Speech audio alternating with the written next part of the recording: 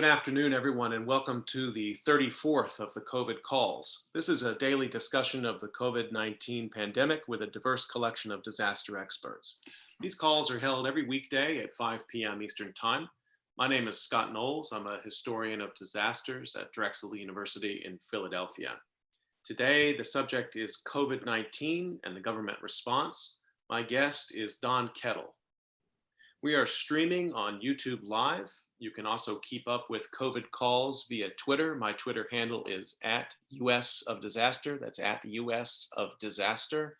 You can also hear the COVID calls recorded as podcasts. Just go to soundcloud.com and search for the COVID calls podcast. Please do help spread the word and send suggestions for guests and topics. And as always, please do feel free to suggest yourself as a future guest. On Friday, tomorrow, we're going to start 2 days of labor discussions, tomorrow being May 1st. And tomorrow we're going to talk with Eileen Boris, Silvia Federici, and Juliana Feliciano Reyes. It's just a remarkable collection of scholars and journalists to talk about the many different issues surrounding labor. And on Monday, we're going to talk about maintenance and COVID-19 with Jessica Meyerson, Lee Vinsel, and Andy Russell. So you want to catch those 2 COVID calls for sure. As of today, there are 3,255,454 confirmed cases of COVID-19 globally, according to the Johns Hopkins University Coronavirus Resource Center. That's up from 3,094,829 cases yesterday. 1,056,402 of those cases are in the United States, up from 1,004,908 yesterday.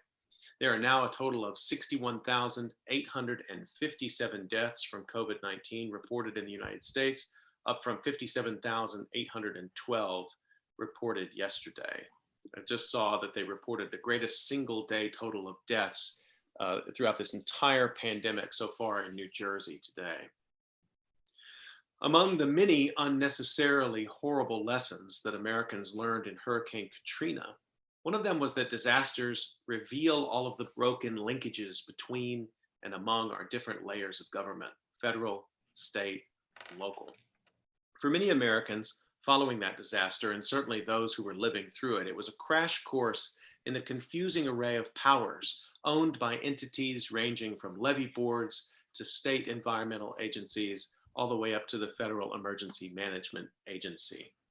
After Katrina, and the august hearings that were held in the Senate, we were assured that government's failures of initiative, and that was actually what they ended up naming their great report, failure of initiative, that these failures of initiative not only could be fixed, but that fixing them was actually a great opportunity for American government to finally adapt to the unique challenges of the threats that we faced then and today. Challenges of the environment and keeping environmental quality, climate change, infrastructure maintenance, and even the legacies of segregation, poverty, and disinvestments in justice. Those many things were promised after Katrina, and I think people had every right to expect that an event of that magnitude would lead to reform. But at the core of that moment was a need to actually truly understand where the crucial storehouse of trust in government resides.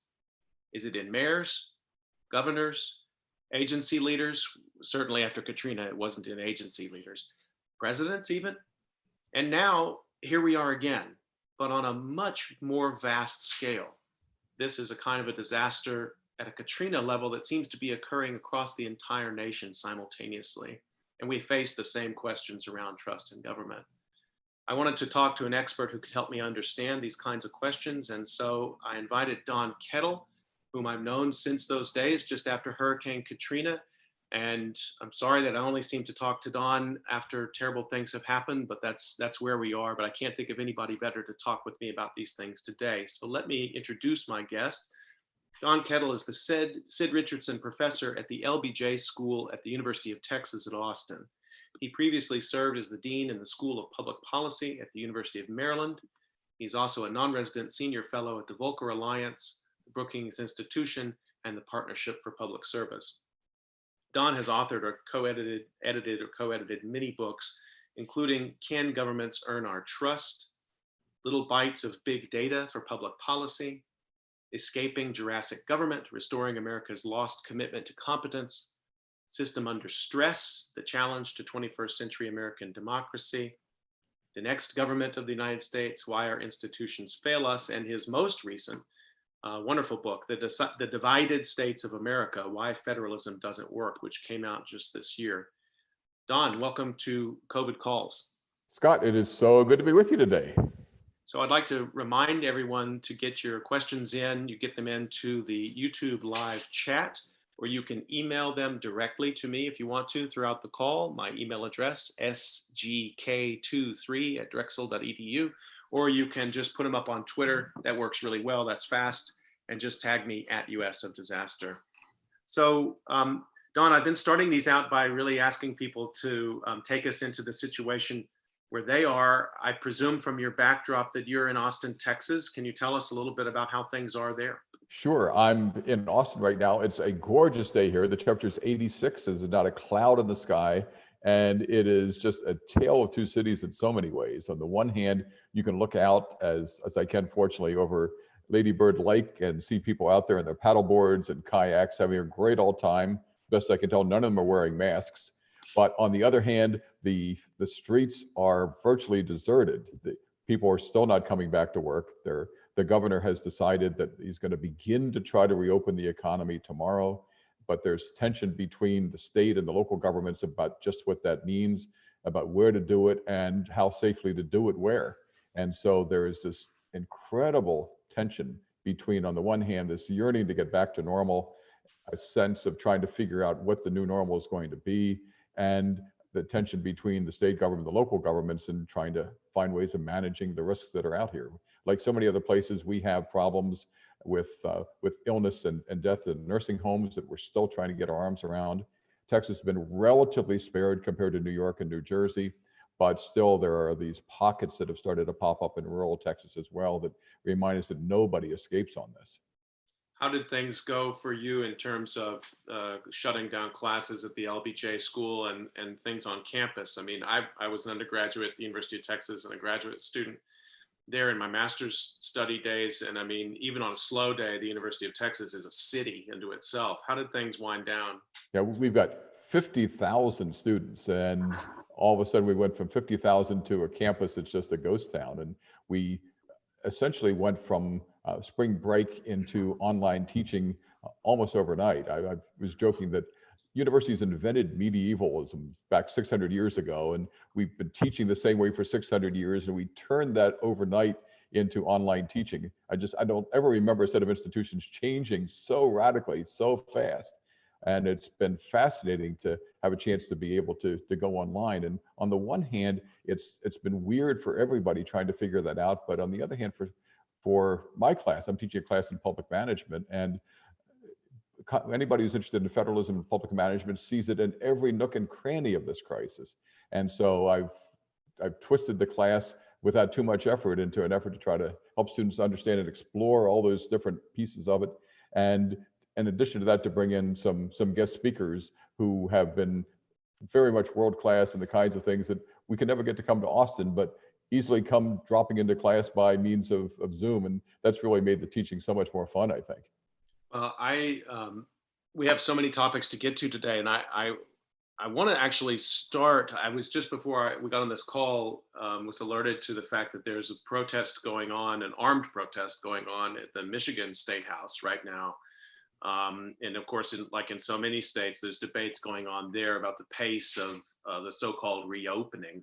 And, you know, it made me think that I hadn't seen this much political animus, not any violence that I'm aware of yet, except for the violence of people gathering without their face masks on. But I haven't seen this much political animus at state houses across the country since the civil rights movement.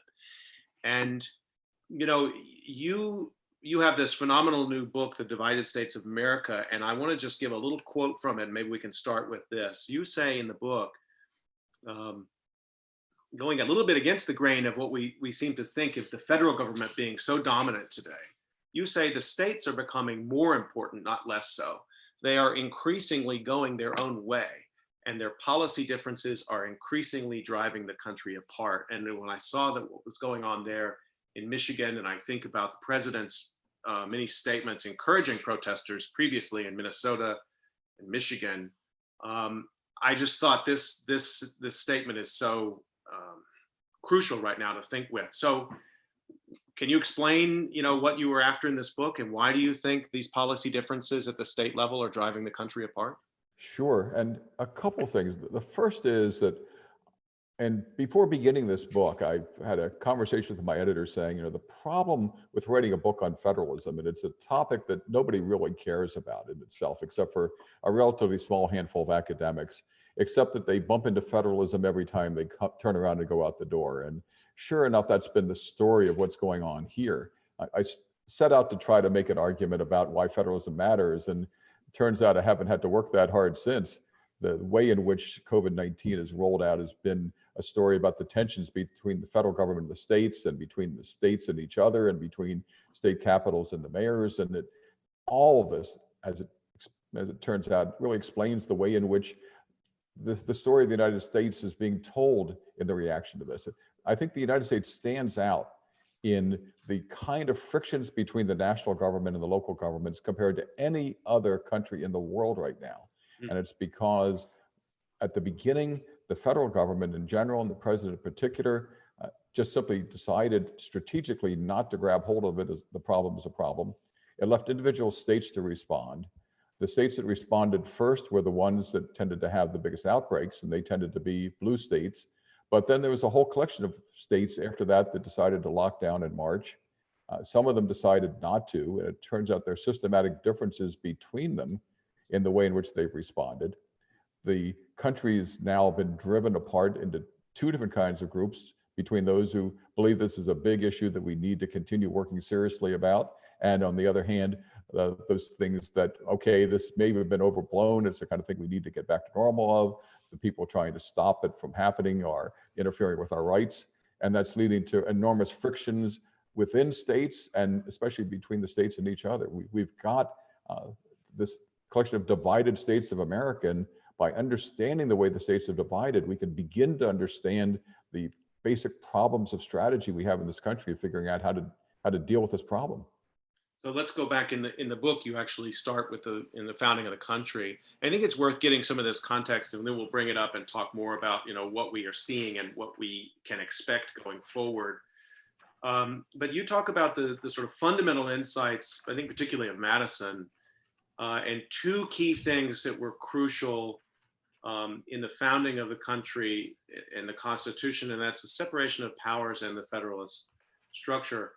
Why were those unique, or give us a little bit of context for sort of governance at that time? Why were those unique instruments? The basic problem was that Madison had an enormous challenge to solve. We, against all odds, managed to beat the most powerful army in the world. The British were driven out. There's no guarantee they're going to stay out. And we had to try to figure out how to put the country together. And the first effort was something that came from the Articles of Confederation, which just didn't work well at all, because it turned out the government wasn't strong enough to do anything. And so we had the consensus that we needed to have a kind of US government 2.0 that we needed to launch. And that was the debate around the Constitution. But then the problem of getting the Constitution was, it's clear that we wanted to have a stronger national government, but the states were by no means willing to give up their power, and they certainly weren't willing to give up the power to decide what that government ought to look like to states from other parts of the country. So the Northerners didn't trust the Southerners, the urbanists didn't trust the people in rural areas. There were incredible frictions. So Madison was trying to figure out how, in the name of all that's blessed and holy, am I going to pull this country together? And so in the Constitution's really, it has to be understood as a tactical document, as a way to try to tamp down the frictions between the states, which we did in part through the separation of powers, but also through this magical 10th Amendment that says that all powers not given to the federal government are reserved for the states. And so the states insisted, as a condition for ratifying the Constitution, that first the federal government be powerful, but not too powerful, and that it was clear that the powers in the country that weren't given explicitly to the national government were reserved to the states. That, of course, had two purposes. It had two consequences. One is it at least allowed ratification of the Constitution. So that got government 2.0 off to a start.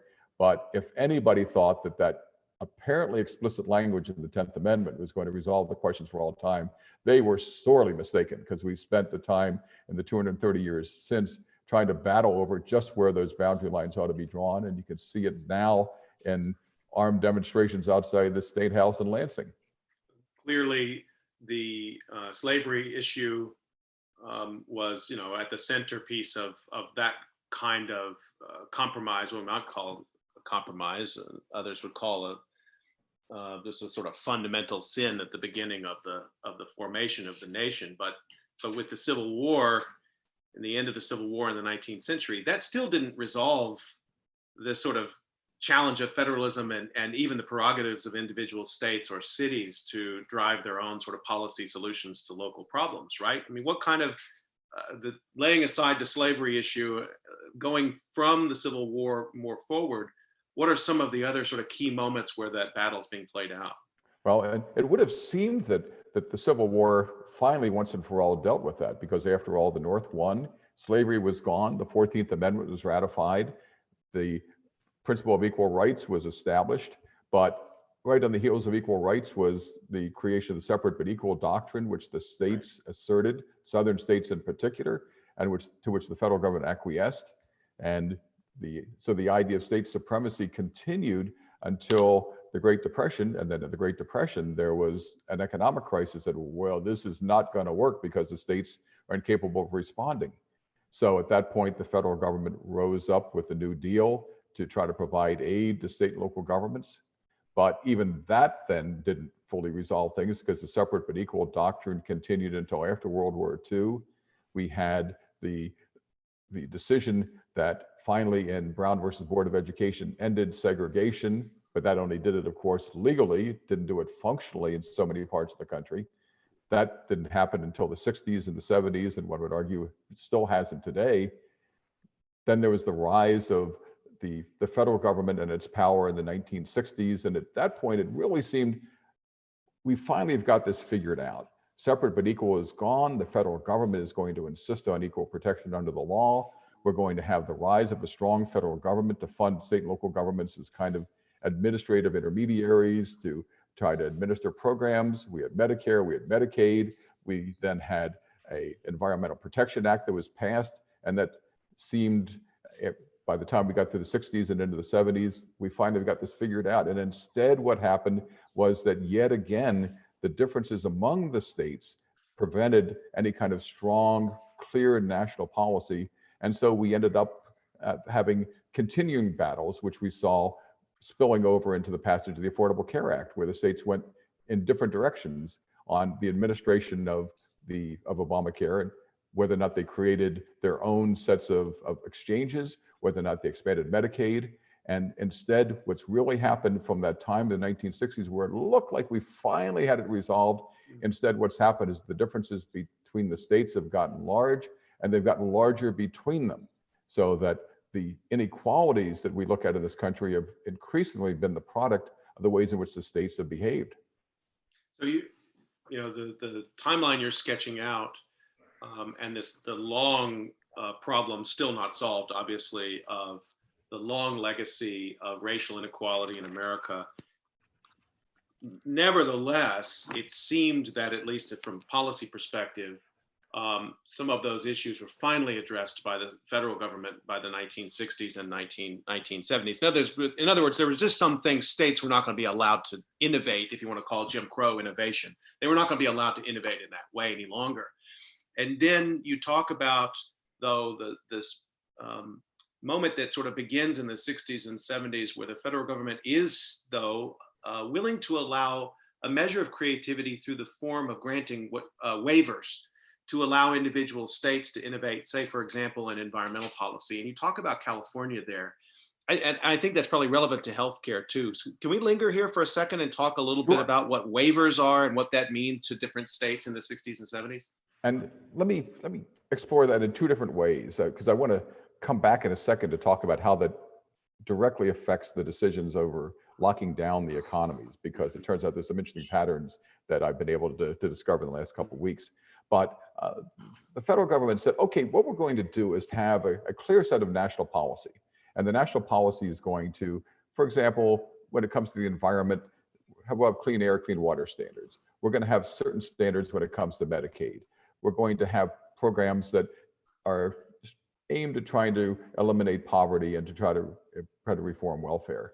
But some states have said, you know what, we've got a better idea. We think, for example, for California, that we have bigger air pollution problems than anybody else. We think we've got strategies that can help reduce air pollution here. What we're going to do is, how about if you give us the authority to be able to experiment with tougher regulations? So the basic principle of waivers is that the rules of the states have to be at least as tough as the ones that the federal government has, but the federal government will allow waivers to make sure that the level of performance is at least as good. And if states think that they can do better, either with the same amount of money or with tighter regulations on their own, go to it.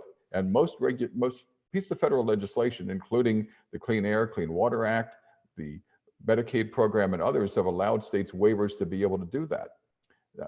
The number of waivers that the state of California has dealing just with air pollution and water pollution runs to more than 78 pages now. I mean, it's a virtual catalog of waivers that they've been able to do to crack down on pollution sources, to allow the introduction of the catalytic converter, to prevent outdoor barbecuing from open fuel sources and other things like that, which have made dramatic improvements in improving the quality of the air and water in California, all through the waiver process.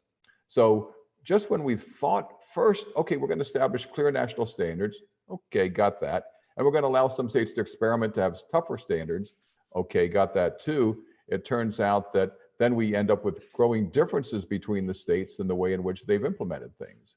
And the Trump administration came in furious with the idea that California was in practice setting national policy having to do with environmental standards, because their waiver standards that created air pollution standards for cars that manufacturers had faced a tough choice about. Either they could create a set of cars that they could sell in California and then 13 other states that went along with California, and a different set of cars in the rest of the country, or let's just build one car we can sell everywhere so that California becomes the de facto regulator. And the Trump administration was furious about the idea that the states, and the state of California in particular, could effectively set national policy. Now, let me then take a look at how this spills over to COVID-19. Let me just pause you there one second, Don, before we jump into that, because I just want to be clear about the waiver. What's the legal standing of the waiver? In other words, is an agreement between the state and federal government that state will be allowed to have a more stringent set of policies, and the federal government will, then that's just okay, will honor that? Or somehow it has legal standing to preclude lawsuits from people within a state who might say, no, I shouldn't be held to this higher standard. I should be allowed to revert to the federal standard. Yep, and the legal foundation is this. First of all, for example, in the Clean Air Act, the Clean Air Act says that we will set certain standards that everybody's got to follow. Then, in addition to that, there's a provision in the Clean Air Act that says that states that want to experiment will be given the authority to be able to engage in those experiments as long as what they do is at least as tough as the federal standards, assuming that they can first apply for a waiver from the federal regulations and then be granted by that administratively. And for the most part, previous administrations up to this one had been pretty flexible about granting those waivers for two reasons. One is everybody was curious to see what would happen if states would experiment. And secondly, the political forces behind it were strong and powerful, so it was difficult to stand in their way. So what has happened is that we've created a system of waivers across the country so that first, when it comes to air pollution, California is the de facto standard setting. When it comes to Medicaid, the waiver process within that program means that it may be one program at the federal level, but in practice, it's 51 different programs because every state has chosen to administer it differently. And so there's a different cafeteria of Medicaid services that exist in every one of the 50 states in the District of Columbia. So that what we have is a basic set of legal standards that exist for everybody, but a set of inequality that develops in the way that states have chosen to implement it. Okay, thank you for taking me through that patiently, because I didn't quite understand that part. So now bring us into the implications of that for where we are today. So that if we roll forward into the Affordable Care Act, that was set up in a way that not only gave the states the ability to decide whether or not to create their own exchanges, and if they didn't, then they would roll into the federal exchange, but also states had the choice of whether or not to expand their Medicaid programs to allow for a more expansive set of coverage that the federal government would pay for in large measure, not completely, but in large measure, so that for relatively low cost, they could expand healthcare to lower income Americans. So that seemed like why not go for that? And many states, in fact, did, but it also turns out that more conservative states in many cases did not, because they were offended by the idea in principle about the Affordable Care Act. Why, you might ask, might that matter when it comes to talking about COVID-19? And I was curious, so I took a look at the states that decided to lock their economies down in March and compare that to their decisions about whether or not to expand Medicaid. And believe it or not, 87% of all the states that locked down in March also had decided to expand Medicaid. On the other hand, just 38% of the states that decided not to had expanded, that is, decided not to lock down in March, also decided not to expand Medicaid. So there's a systematic difference here. It turns out the states that locked down early were also the states that expanded Medicaid. States that didn't lock down early didn't expand Medicaid.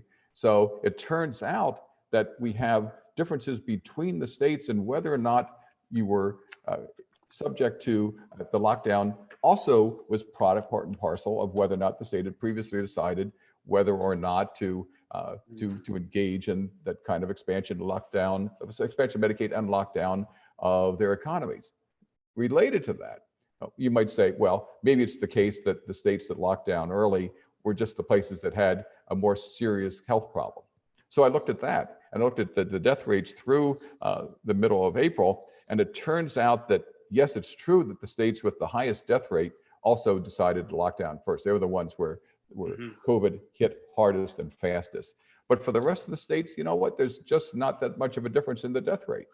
And so for the 40 states that were after you go to the top 10 states with the highest death rate, for the others, there's not that much of a difference in the decision of whether or not to lock down based on the death rate. So that there's something more going on here than just a decision state by state about how best to try to respond. It had to do with this ongoing policy stream of which the decisions on the Affordable Care Act Medicaid expansion are just a part. This is a really important part of the story that I think we haven't paid much attention to yet.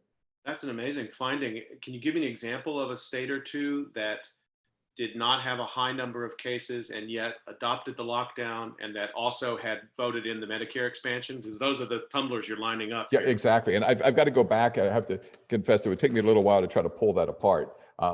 You obviously have New York and New Jersey that had higher percentages at the beginning. And I'd have to spend some time just pulling all those things apart. But it turns out that if I can just retreat back into the numbers just for a second instead of examples of individual states, but the states with the lowest death rate, 5 out of the 10 locked down in March. The states with the second highest death rate, 6 out of the 10 locked down in March. So the fact is that the death rate had very little to do with the decision to lock things down once you got past the top 10 states. So I would have to so first of all, that's remarkable. And second of all, I can't wait to see how you're going to unpack that and write about that. I assume you're going to do that soon. That to me, what that means is then these sort of preconditions, which may have to do with politics within the state, or it may have to do with sort of commitments already made to the health system. I mean, I would wonder sort of what the tell would be, particularly for, let's say, a swing state, a purple state that might have divided government. My presumption is if they had adopted Medicare expansion and they had been putting money into their health system over the last 10 years and that infrastructure was there, then the momentum would be towards the lockdown, even Right. if the indicator was not. Is that how you interpret this? Exactly. And I've got, at the risk of boring everybody with more numbers, I've got even more numbers No. that are even that are just as dramatic, I think. Our listeners are this is what they love, Don. So go for it. Yeah. So first of all, I mean, not surprisingly, again, these are all for the states that decided to lock down in March. They had an 8% lower popular vote for Trump, so they tended to be more red. But in addition to that, they had 44% higher public health spending per capita. 44% higher public health spending per capita. So that supports your hypothesis that the ones that intended to invest more in public health over the time were also more likely to lock down earlier. They tended to conduct more tests. But then in addition to that, they're part of a broader policy stream. They had higher 8th grade reading proficiency. They had a lower poverty rate. They even had a lower percentage of deficient bridges and a lower percentage of infant mortality. So that there are big and systematic differences between the states based on the decision of whether or not to lock the state down. Believe it or not, if you know whether or not a state locked down in March, you can tell a lot more about what the state was likely looking like. Now, there's a lot of variation for sure, as is always the case among 50 states. But I was pretty stunned to discover such large and systematic differences between the states.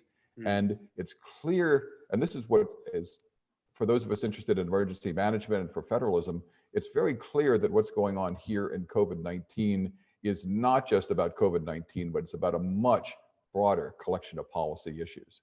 I want to remind people that you are listening to COVID Calls, and my guest today is Don Kettl, and we're talking about federalism and history and COVID-19. So now I want to talk about that, Don, because one of the premises, I guess the central premise of your book, is that the inequalities that are a result to this sort of turn, post-civil rights era turn to allowing states back into a more, let's say, individual mode where they can innovate on their own, has been inequalities, vast inequalities between the states. And you just gave a number of those interesting measures that I know you're interested in: health inequalities, educational attainment, infrastructure, investment and maintenance, and important to our discussion today, investments in the healthcare system broadly and health attainment for citizens. So we have that sort of set of inequalities. My understanding from your book, which was finished before COVID-19, is that that can't stand, that ultimately there will be events which will topple that those inequalities will ultimately out and bring great misery across the entire country. And now here we have this pandemic. I mean, how are you seeing the pandemic in light of that concern over inequality that you saw? Mississippi on one side, California on the other, or even maybe Florida on one side and California on the other. Yep. We can't sustain it, can we? And we can't, I don't think. This is unfortunately, I've been torturing my editor almost daily, saying that just about every day there's an epilogue to the book that reinforces this basic argument that you just made. That the problem is that it's increasingly the case that the government that we get depends on where we live. And not only is that true in policy terms, but it also is reinforcing political polarization, because these inequalities are big drivers of the way in which we're fueling differences in the country.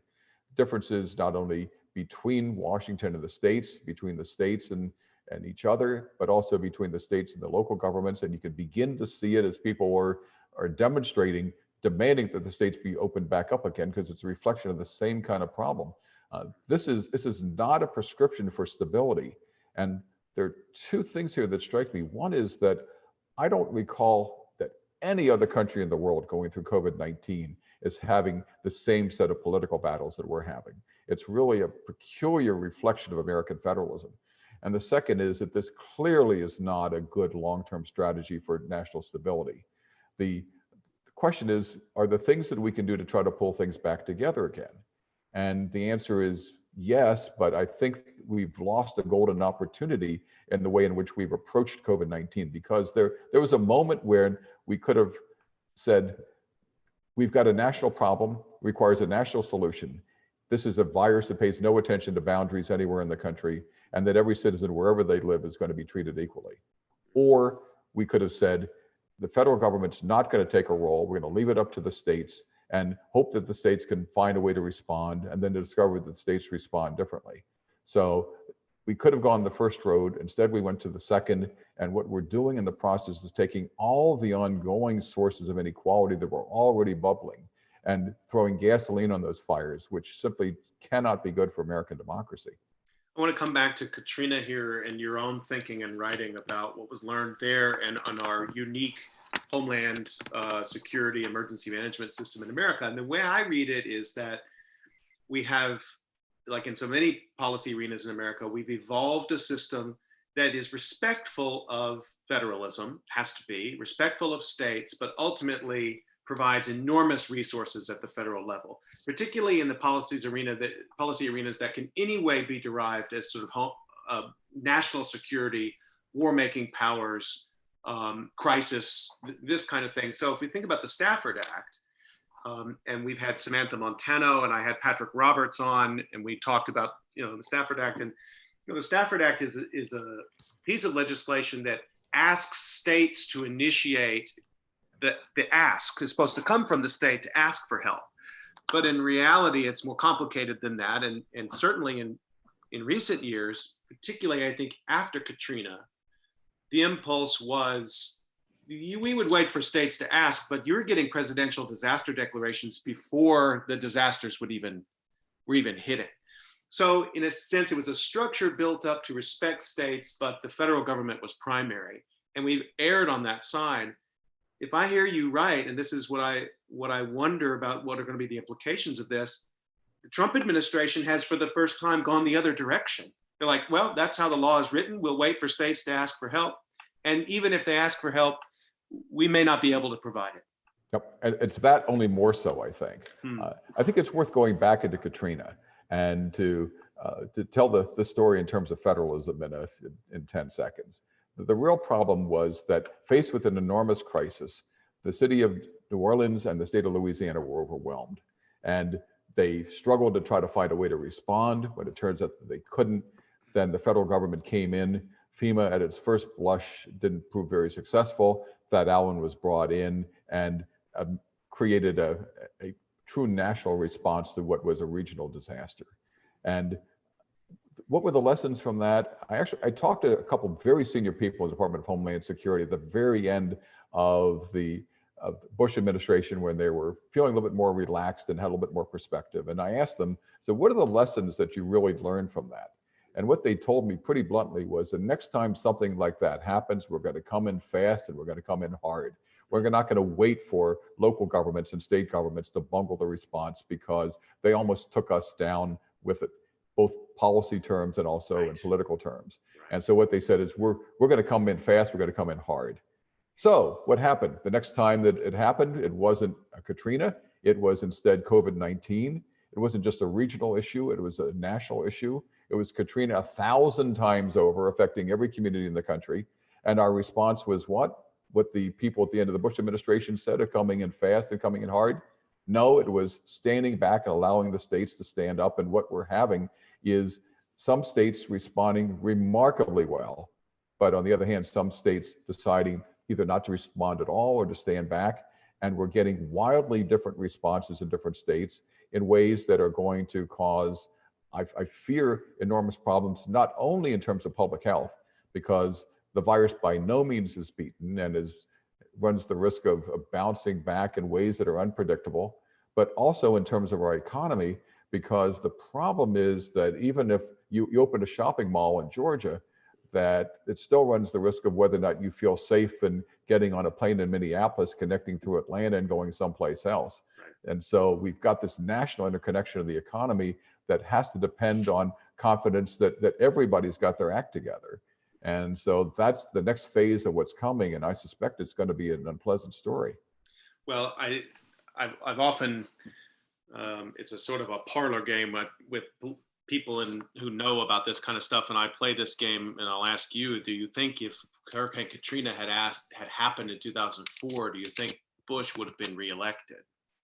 No, and in fact, one of the things, my favorite, I love this parlor game, and my favorite statistic on that is that the point at which Bush's negative numbers exceeded his positives and never recovered was not after mission accomplished on the aircraft carrier, not after any of the other policy problems that he had, but it was in the aftermath of Katrina. Right. His negatives exceeded his positives. If you look at the poll results, he never recovered, and he never would have been reelected if that had happened. So with that in mind, and I think that you said the officials you talked to, they're cognizant of that too. I mean, the cause and effect of poor presidential leadership with the effect at the ballot box is not, you don't have to be a political scientist to understand that. So I'm going to ask a question, and I don't know what kind of caveats and provisos I can put out there, but why is Donald Trump different now? Why does he view this differently? Is he not worried? I think he's terrified. And if you read the articles in the newspaper daily, he's having screaming matches with his political advisors. He's furious that the states are in a position of embarrassing him. But he's had, on the other hand, a couple of very careful, very studied, very systematic responses to this politically. On the one hand, he has had no interest whatsoever in owning the problem in any respect, either in owning the diagnosis of the problem or owning the response. On the other hand, he has a very clear interest in taking credit for any kind of positive steps. So whether it's hydrochloroquine, or whether it's the possibility of a vaccine, or whether it's the possibility of injecting bleach, if there's any possibility of any kind of having something positive, it's something that he wants to take credit for. So there's a very systematic and studied reaction that he's had to this. He doesn't want to own the problem, he wants to own the solution. He doesn't want to own the onus for having had the problem occur. He wants to own the credit for having solved it. And so that's in many ways shaped the way in which the entire federal government has responded from the very beginning. But the problem is that the problem itself doesn't allow you the luxury of picking and choosing what it is that you deal with there. And it's also clear that at the state and local level, where the rubber is hitting the road, that officials there are, I think, in many cases, I think, being viewed as champions by their citizens for in fact owning both pieces of the puzzle. And that's where I think that we're looking down the road that the politics this is most going to shake out. Is Trump going to be able to pivot carefully and quickly enough to be able to find ways of embracing a set of successes for which he can take credit, and hope that people will not remember the earlier stages where he deliberately and consciously, and I think very skillfully, found a way to try to deduct the diagnosis of the problem to begin with.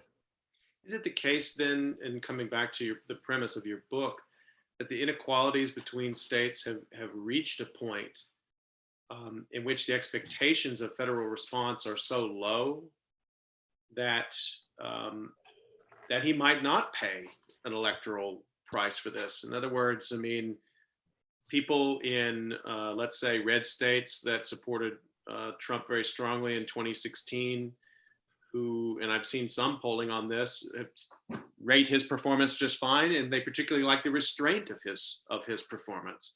Whereas in other states like Connecticut or New York or New Jersey, there's already been a turn not to trust the Trump administration on this.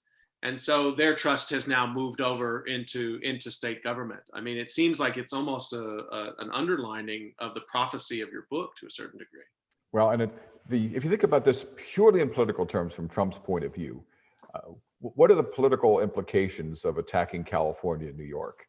And the answer is he's attacking voters he's never going to win in the interest of trying to attract the base that he hopes to be able to convince. And not to be too cynical about it, but that's clearly what the strategy is.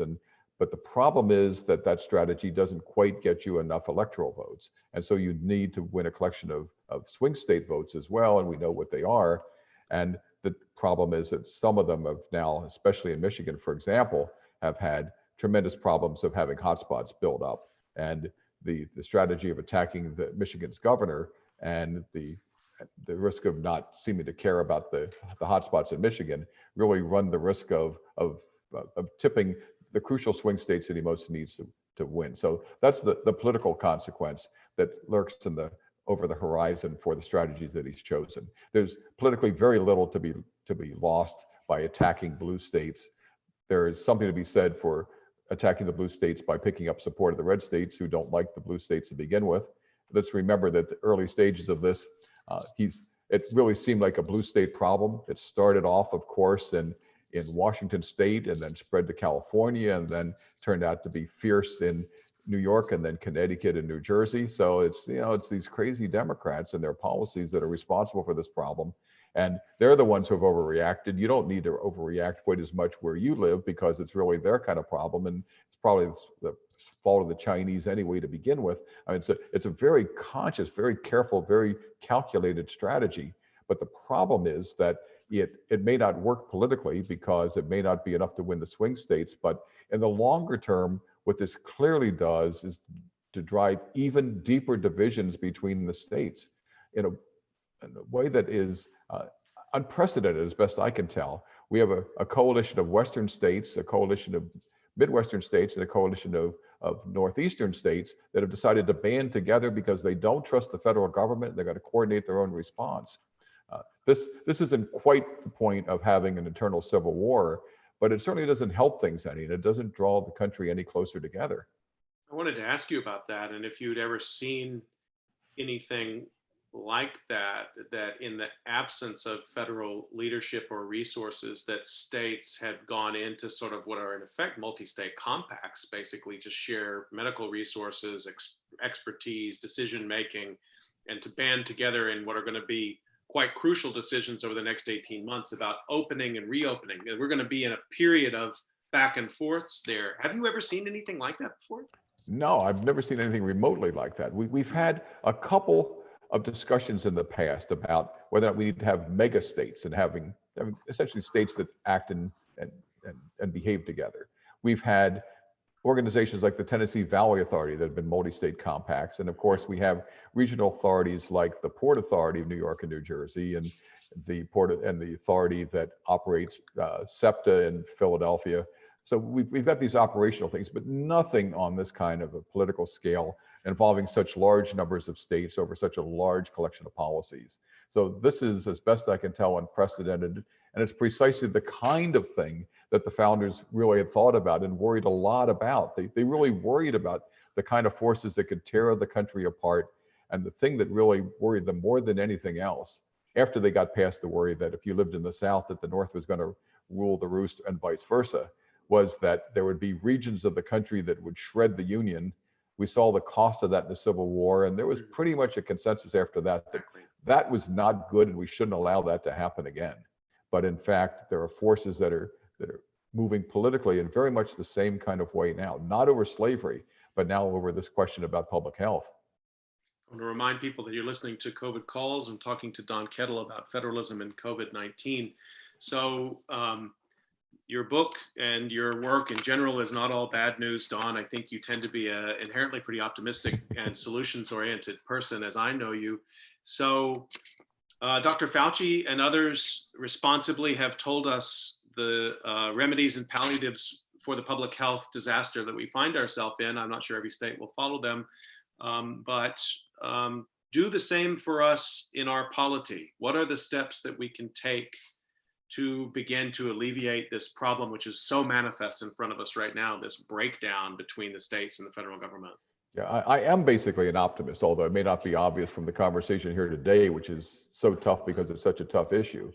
But in my book, The Divided States of America, I look at the end about what we can do about it. And I think that what it really is going to take is, even though we've had these battles between the Madisonian and the Hamiltonian forces for now 230 years, we need a touch more Hamiltonianism, I think. We need to have a set of things that at least we agree as a country we want to accomplish as a country, that we need to have a federal government that doesn't dictate, but which at least provides the resources to shape our policy and our behavior in a way that tries to help reduce the inequalities that we have among the states. And that means strategies of federal grants that help to even out some of the inequalities.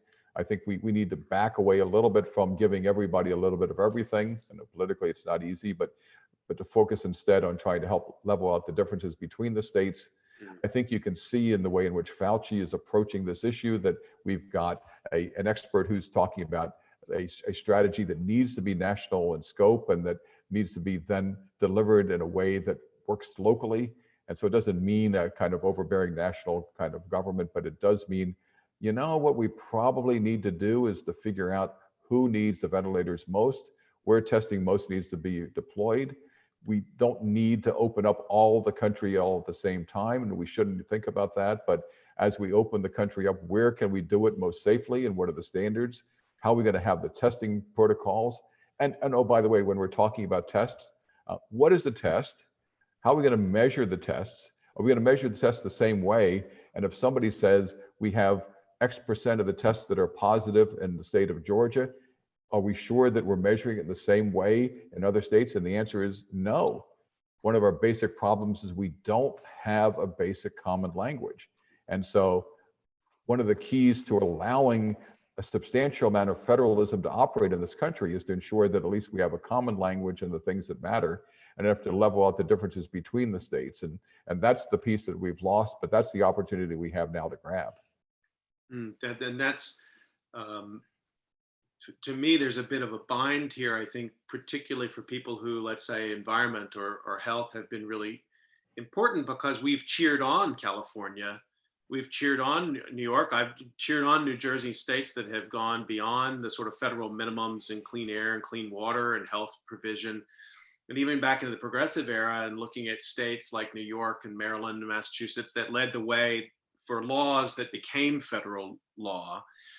But it seems like, you know, some of the compromise that's going to be necessary, it's going to cut both ways, right? In some states, the politics is going to have to become much more about, no, there's a basic minimum and we're not there, and we have to accept that. And there's other states, not that they're going to decrease their standards, but I don't know how this is going to work out, but it feels like people in states like California and Connecticut are going to have to find a way to reach out more to people who live in states that don't have those minimums.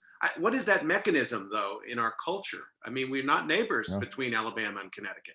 Yeah, but first of all, you're absolutely right, because it's one of these issues of living by the sword and dying by the sword. Right. It's one cannot applaud, for example, the efforts of California in environmental policy, and at the same time to complain about efforts on reproductive rights for red states, the way in which that's happening. You can't applaud the way in which Connecticut is trying to advance some certain kinds of environmental standards, and at the same time criticize Texas for leading the effort to try to kill the Affordable Care Act. To the degree to which you're going to applaud the efforts of individual states to step forward, you have to be willing to deal with the consequences and not just pick and choose the policy results that some states produce. It's pretty clear that we've gotten to the point where relying on the states to take the lead in this laboratories of democracy model, which works great in determining what works, isn't great for setting national policy.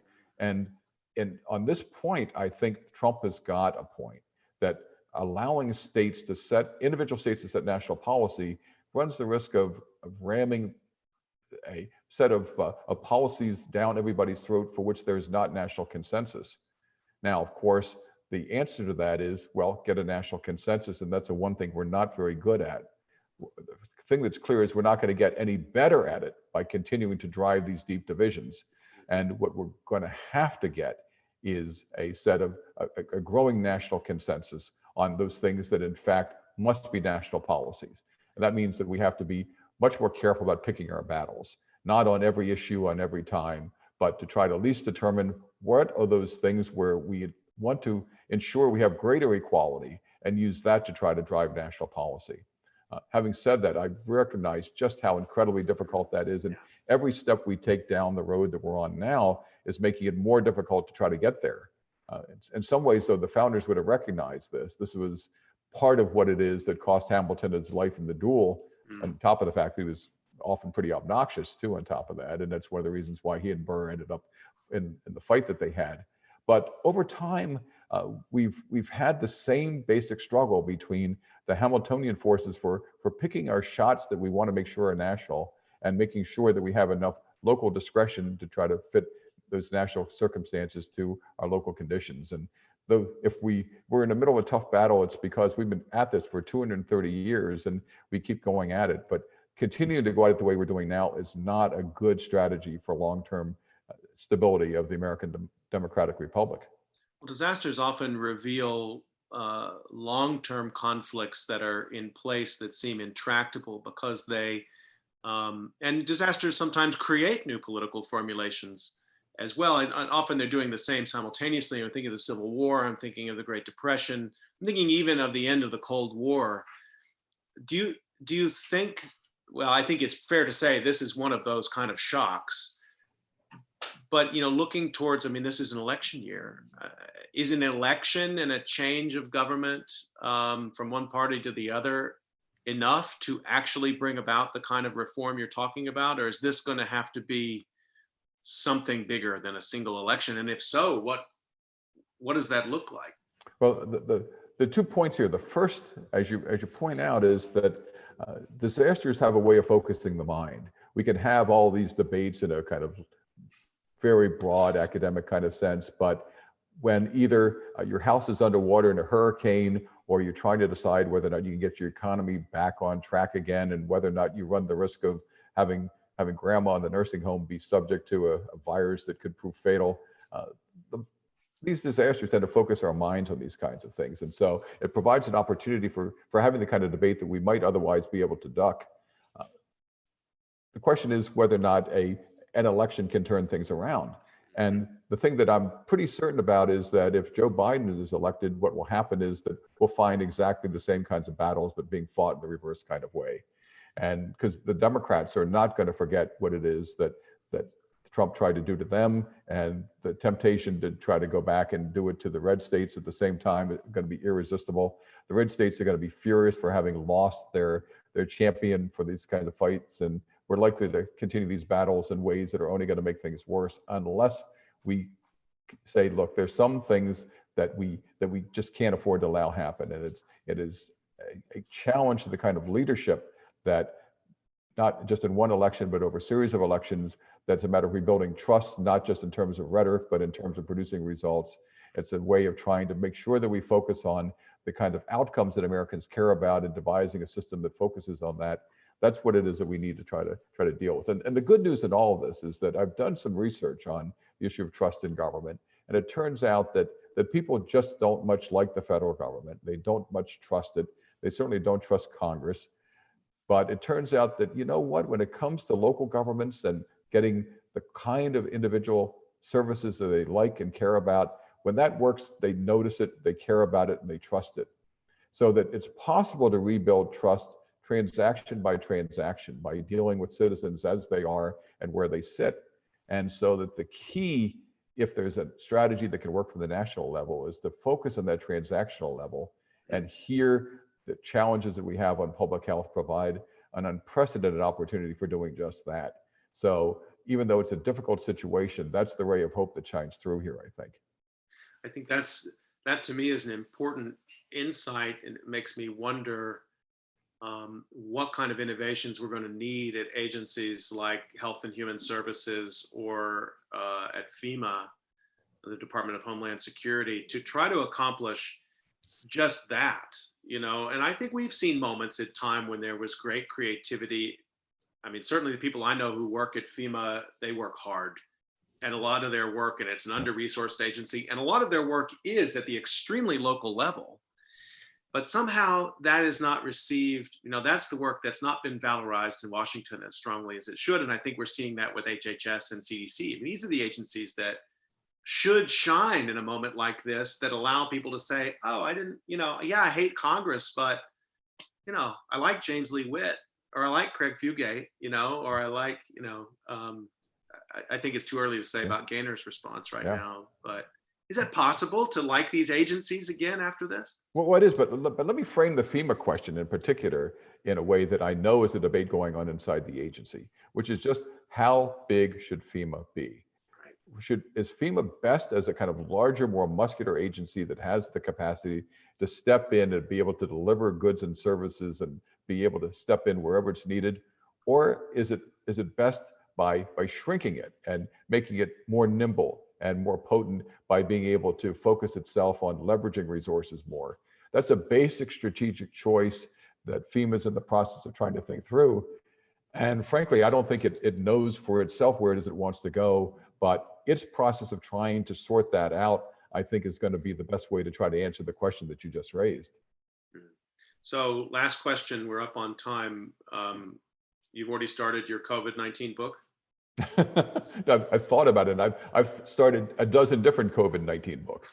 And the challenge is that it's trying to figure out what it is that we need to learn from this. The thing that strikes me is that the most important way to understand COVID-19 is that COVID-19 is not about just COVID-19. It sits in a very much broader policy stream that is part of an ongoing set of political forces and policy decisions that have shaped the way the country's responded. And on the other hand, it has going to be casting a much longer shadow that's going to last long after the immunizations are out and we feel safe about going out again. So whatever the next book is somehow understanding what it is that COVID-19 tells us about where we've been, but more importantly, where we need to go. And those questions, I think, are about as important as any that face the country right now. I want to remind people that COVID Calls happens every weekday at 5 p.m. And tomorrow we'll be talking about labor and the pandemic with Eileen Boris, Silvia Federici, and Juliana Feliciano Reyes. Don Kettl, thank you so much. Sorry we couldn't have this conversation as we customarily would over a cup of coffee, but I appreciate all the hard work you're doing. I look forward to reading your analysis. Those numbers that you were talking about earlier are just really important to our understanding, and this is a slow disaster. It's going to be playing out for a little while. So thanks, Don, for all you do. It's a pleasure. Exploring this issue that I talked about in the divided states of America, it's the challenge is making sure that states don't get even more divided in the process. So I really appreciate the chance to be able to talk with you, Scott, and to be able to share some of these ideas with all your listeners out there. Thanks so much. Stay healthy, everyone. We'll see you tomorrow at 5 o'clock. Thanks.